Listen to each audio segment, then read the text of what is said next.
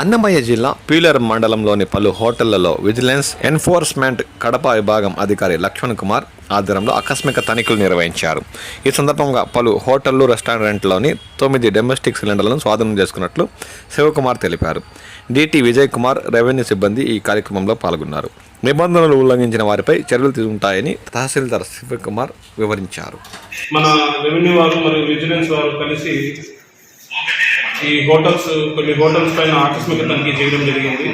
ఇందులో కొన్ని హోటల్స్లో ఒక 4 హోటల్స్లో ఏదైతే ఈ డొమెస్టిక్ సిలిండర్స్ కాకుండా కమర్షియల్ సిలిండర్స్ కాకుండా డొమెస్టిక్ సిలిండర్స్ వాడుతున్నారని సమాచారం మేరకు మనం తనిఖీ చేస్తే దాంట్లో నిజంగానే డొమెస్టిక్ సిలిండర్స్ వాడడం జరిగింది. వాటన్నింటినీ కూడా మన విజిలెన్స్ వారు మరియు సివిల్ సప్లైస్ డిపార్ట్మెంట్ వారు కలిసి సీజ్ చేయడం జరిగింది.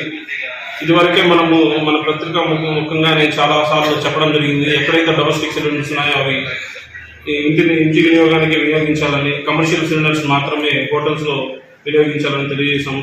కానీ ఈ మధ్యకాలంలో మనకి చాలా కంప్లైంట్స్ రావడం జరిగింది. కాబట్టి ఇంటి నుంచైనా హోటల్ వారు కమర్షియల్ సిలిండర్స్ వాడాలి.